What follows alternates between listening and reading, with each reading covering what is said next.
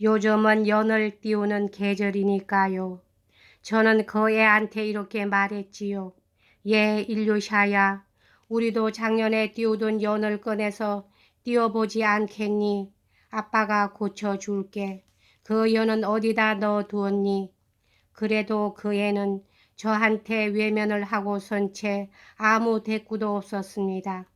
바로 그때 바람이 휙 불며 뽀얗게 먼지를 날려올렸습니다. 그러자 그 애는 갑자기 저한테 달려들어 그 조그만 손으로 제 목을 잡고 저를 꼭 껴안지 않겠습니까? 아시다시피 말수가 적으면서도 자존심이 강한 아이들은 오랫동안 눈물을 꾹 참고 있지만 그러다가 커다란 슬픔이 닥쳐오면 한꺼번에 그것이 폭발하기 때문에 그때는 눈물이 흐른다기보다는 그야말로 폭포처럼 쏟아져 내리는 법입니다. 그 애의 뜨거운 눈물 방울로 말미암아 제 얼굴은 흠뻑 젖어버리고 말았습니다. 그 애는 온몸을 떨며 마치 경련을 일으키듯이 흑흑 느껴 울면서 저를 힘껏 껴안는 것이었습니다. 저는 그냥 돌 위에 앉아 있었지요. 아빠, 아빠 하고 그 애는 외쳤습니다. 글쎄 그놈이 아빠한테 그런 모욕을 줄 수가 있어요. 저도 참지를 못하고 흐느껴 울었습니다. 저희들은 돌 위에 앉아 서로 껴안은 채 후들후들 떨고 있었지요. 아빠, 아빠 하고 그 애가 부르면 오냐 일루샤야, 일루셴까야 하고 제가 대답합니다. 그때 저희들을 본 사람은 아무도 없었습니다. 하느님께서 혼자 보시고 제 기록부에 기록해 주실 겁니다. 알렉세이 표도로비치 형님에게 감사하다고 전해 주십시오. 그렇지만 안 될 말씀입니다. 당신의 말씀이 풀리게 그 애를 두들겨 패준다는 건 어림도 없는 말씀이지요. 그는 다시금 아까처럼 도끼 품은 미치광이 같은 의조로 이렇게 말을 맺었다. 그러나 알료샤는 그가 이미 자기를 신용하고 있다는 것을 알았다. 그리고 만일 그가 상대가 자기 아닌 다른 사람이었다면 결코 이렇게 긴 이야기도 하지 않았을 뿐더러 지금 자기에게 말한 것 같은 사정을 고백하지도 않았으리라고 느꼈다. 이런 생각이 들자 알료샤는 저기 마음이 놓이기는 했으나 그 가슴엔 눈물이 가득 괴어 있었다.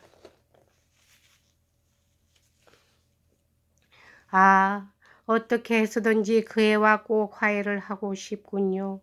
하고 알료샤는 외쳤다. 당신이 어떻게 좀 힘을 써주신다면 참으로 지당한 말씀이십니다. 하고 대인은 중얼거렸다. 그러나 이젠 그와는 전혀 다른 얘기를 좀 해야겠습니다.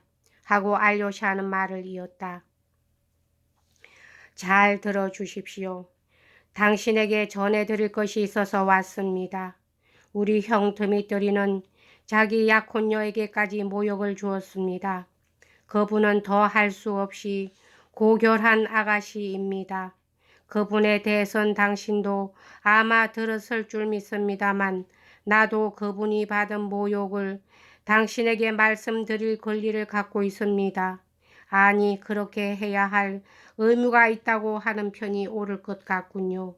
왜냐하면 그분은 당신이 모욕을 당했다는 얘기를 듣고 즉 당신의 불행한 처지를 알고 조금 전에 자기의 명의로 이 돈을 당신에게 전해달라고 나한테 부탁하였기 때문입니다. 그렇지만 이건 어디까지나 그분이 혼자서 하는 일입니다. 그분은 자기의 원조의 손길을 당신이 꼭 받아들이시기를 진심으로 바라고 있습니다. 그분과 당신은 동일한 사람으로부터 모욕을 받았으니까요. 그분이 당신의 일을 상기한 것도 실은 자기가 당신과 똑같은 모욕을, 다시 말해서 같은 정도의 모욕을 당했을 때였습니다. 그러니까 이건 이를테면 누이가 오빠를 도우려는 것과 다를 바가 없는 것입니다. 그분은 당신의 어려운 처지를 알고 있기 때문에 자기를 누이라고 생각하고 이 200루블리를 받아주도록 당신을 설득시켜 달라고 나에게 부탁한 것입니다. 여기에 대해선 아무것도 아는 사람이 없으니까 실없는 소문이 날 염려는 조금도 없습니다. 자, 이것이 그 200루블리입니다. 당신은 이것을 꼭 받아야만 합니다. 만일 거절한다면 세상 사람들은 모두가 서로 원수지간이 되어야 하지 않겠습니까? 그러나 세상에는 역시 형제로 지내는 사람들도 있습니다. 당신은 훌륭한 마음을 가지신 분입니다. 당신은 이 점을 이해하셔야 됩니다. 반드시 이해하셔야 합니다. 이렇게 말하고 알료샤는 무지개 100루블리짜리 새 지폐 2장을 꺼내 그에게 내주었다. 이때 두 사람은 바로 울타리 가까이에 있는 커다란 돌 옆에 서 있었으므로 근처에는 사람의 그림자도 없었다. 그 지폐는 대위에게 강렬한 인상을 준 모양이었다. 그는 흠칫 몸을 떨었으나 처음엔 단지 놀람 때문인 것 같았다.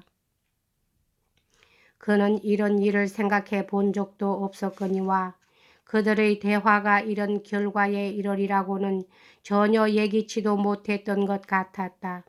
또한 누구한테건 무슨 원조를, 그것도 이렇게 막대한 금액을 받을 수 있으리라고는 정말로 꿈도 꾸지 못했던 것 같았다. 그는 돈을 받아들긴 했으나 잠시 동안 대답할 바를 몰랐다. 여태까지와는 비슷하지도 않은 새로운 표정이 그의 얼굴을 스치고 지나갔다. 이걸 저한테 주시는 겁니까? 저한테 이렇게 큰 돈을 200루블리씩이나. 아, 이건 꿈이 아닐까요? 정말이지 이렇게 큰 돈은 벌써 4년 동안이나 구경도 못했습니다. 더욱이 누이가 주는 것이라고 생각하고 받으라고요. 맹세코 지금 내가 말한 것은 모두 정말입니다. 하고 알료샤는 소리쳤다. 대위는 약간 얼굴을 붉혔다. 그렇지만 제 얘기를 들어보십시오. 제가 만일 이걸 받는다면 비열한 놈이 되는 게 아닐까요? 당신의 눈으로 보아서 말입니다. 알렉세이 뾰드로비치, 제가 과연 비열한 놈이 되진 않겠습니까? 아니, 알렉세이 뾰드로비치, 우선 제 얘기를 들어주십시오. 끝까지 들어주세요. 그는 두 손을 뻗어 연방 알료샤의 몸을 건드리며 급히 말을 이었다. 이건 누이 동생이 보내는 것이니 그렇게 알고 받으라고 당신은 주장하고 계시지만 내심으로 마음속으로는 저를 비굴한 놈이라 생각하시는 게 아닙니까?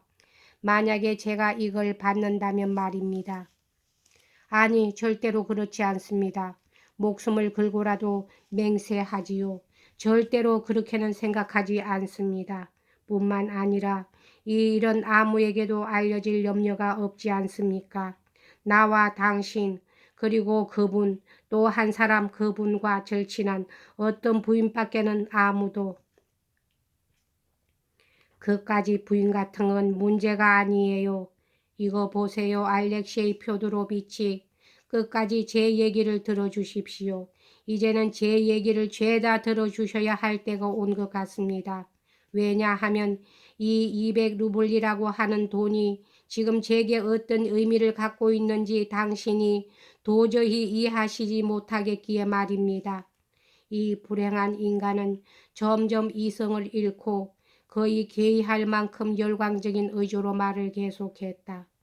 그는 자기가 할 말을 다 하지 못하게 되지나 않을까 두려워하는 사람처럼 몹시 당황하여 급히 서둘러 대고 있었다. 이 돈이 더없이 거룩하고 존경할 만한 누이 동생으로부터 보내온 지극히 떳떳한 것이라는 점은 그만두고라도 전 당장 이 돈으로 마누라와 니노치카를 곱주 천사인데 제 딸을 치료해 줄 수 있다는 걸 당신은 아십니까? 실은 게르첸 슈투베라는 의사 선생이 친절하게도 저희 집에까지 와서 두 사람을 1시간 동안이나 진찰해 주셨지만 도무지 모르겠는 걸 하고 고개를 저으시더군요. 그러나 이곳 약국에서 파는 광천이 반드시 효과가 있을 거라면서 마누라한테 처방전을 써주셨습니다. 그리고 다리를 찜질하는 데 쓰는 약도 처방해 주셨습니다. 광천은 39베이까씩 하지만 우선 40병쯤은 먹어야 효과가 있겠지요. 그래서 저는 그 처방을 받아 성상 아래 선반에 놓은 채 지금까지 그대로 버려두고 있는 형편입니다. 여기까지 하겠습니다.